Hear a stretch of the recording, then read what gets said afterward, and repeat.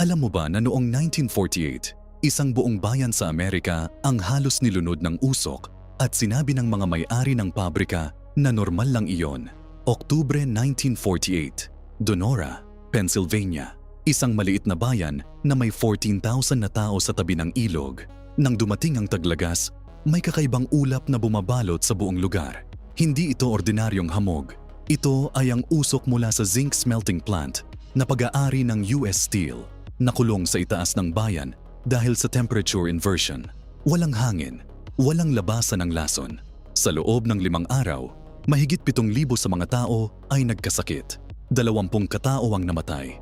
At habang namamatay ang mga residente, naganap ang Halloween parade sa kalsada. Pero ang pinaka-nakakagalit, sinabi ng kumpanya na maayos lang ang lahat. Ordinaryong ulap daw. Mga tao ang gumuguho sa daan.